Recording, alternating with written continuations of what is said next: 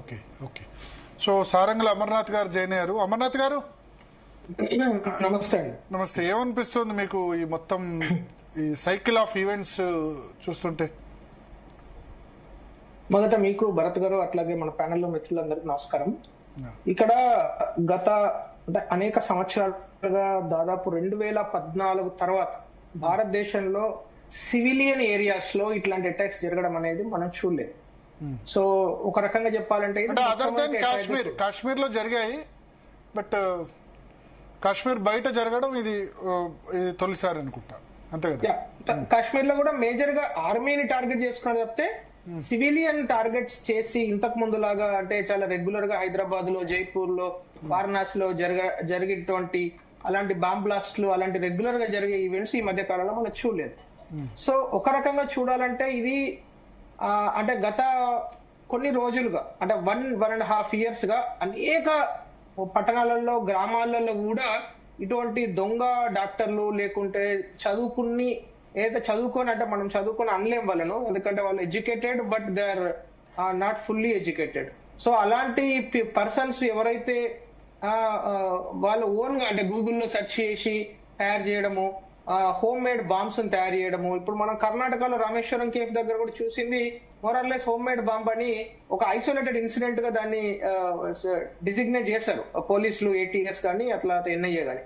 So ఈ విధంగా ఎక్కడెక్కడో చదువుకొని అంటే ఐసిస్ తోని మిగతా ఉగ్రవాద సంస్థలతో ఇన్స్పైర్ అయ్యి ఇంట్లో కూర్చొని నా ఇంటర్నెట్ లో కూర్చొని నేను చిన్న చిన్న వస్తువులతోని కెమికల్స్ తోని తయారు చేసే పరిస్థితి, అంటే అలాంటి భావజాలం ఇందాక మిత్రులు డాక్టర్ నాగేశ్వర్ గారు కూడా చెప్పుకుంటూ అంటే మన ఎడ్యుకేషన్ సిస్టమ్ లో ఒక లూప్ హోల్ ఉండొచ్చేమో, క్లియర్ గా నేను చెప్పలేను ఎందుకంటే దానికి ఎక్స్పర్ట్స్ ఉన్నారు.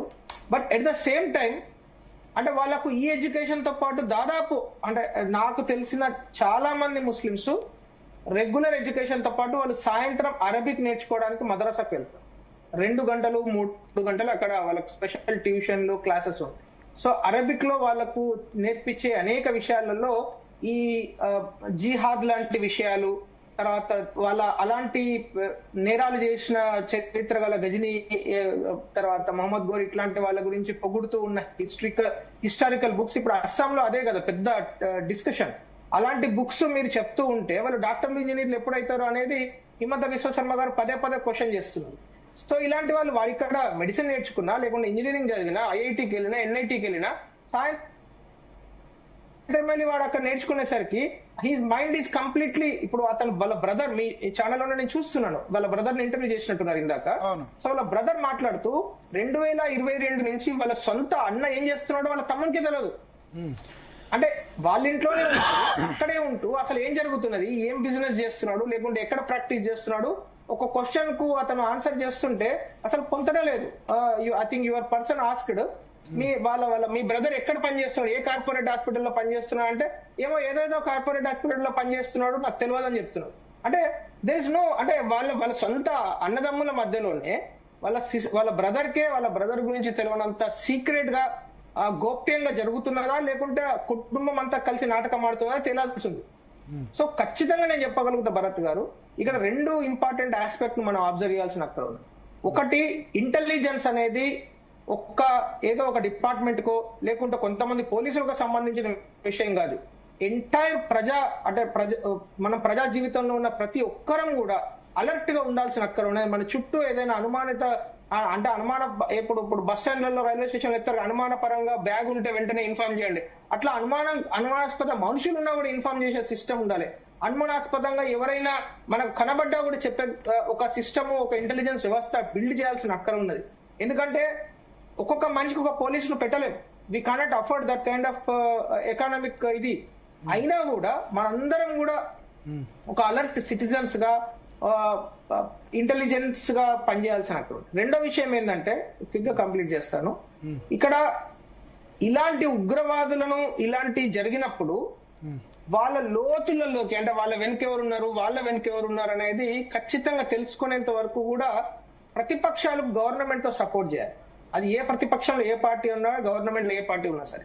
ఎందుకంటే అది వెంటనే దాన్ని ఒక మతాన్ రంగ నులిపి ఆ మతానికి మేమేదో సపోర్ట్ చేస్తున్నట్టు వాళ్ళకి మేమే మొన్న రేవంత్ రెడ్డి గారు చెప్తున్నారు కదా, ముస్లిమ్స్ అంటే కాంగ్రెస్, కాంగ్రెస్ అంటే ముస్లిమ్స్, ఆ టైపు స్టేట్మెంట్లు ఇచ్చేసి ఇప్పుడు అక్కడ ఇఫ్ ఐఎమ్ నాట్ రాంగ్ ఢిల్లీలో ఒక ఎన్కౌంటర్ జరిగినప్పుడు సాక్షాత్ సోనియా గాంధీ గారే వెళ్ళి అక్కడ వాళ్ళను ఒక సింపథైజ్ చేయడము, ఇట్లాంటివి జరుగుతున్నప్పుడు వాళ్ళకు ఒక ఎనలేని సోనియా గాంధీ వెళ్ళలేదు. But encounter Batla house encounter పట్ల సోనియా గాంధీ విచారం వ్యక్తం చేశారని దిగ్విజయ్ సింగ్ చెప్పారు. ఆమె స్వయంగా చెప్పలేదు.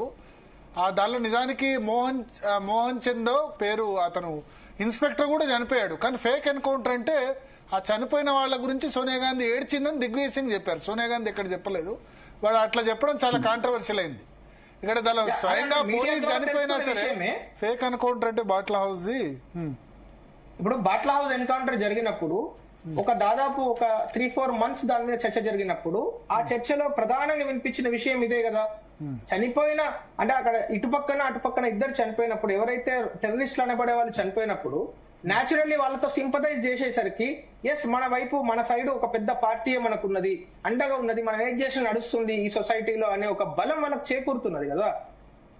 ఇలాంటి సందర్భాలు వచ్చినప్పుడే దేశం అంతా సొసైటీ అంతా ఏకంగా నిలబడాల్సిన అక్కర ఉన్నది కదా. ఇప్పుడు మొన్నటికి మొన్న పహల్గామ్ జరిగినప్పుడు వెంటనే కాంగ్రెస్ పార్టీ పెద్దలు సపోర్ట్ చేశారు. Yes we welcomed that and it is a good, ఒక మంచి జెస్చర్ అది.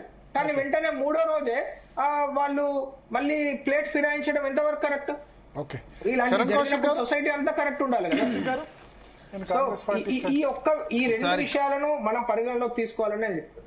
ఇప్పుడు భారతీయ జనతా పార్టీ ఏంటంటే ప్రతిదాని రాజకీయం చేసే ఉద్దేశం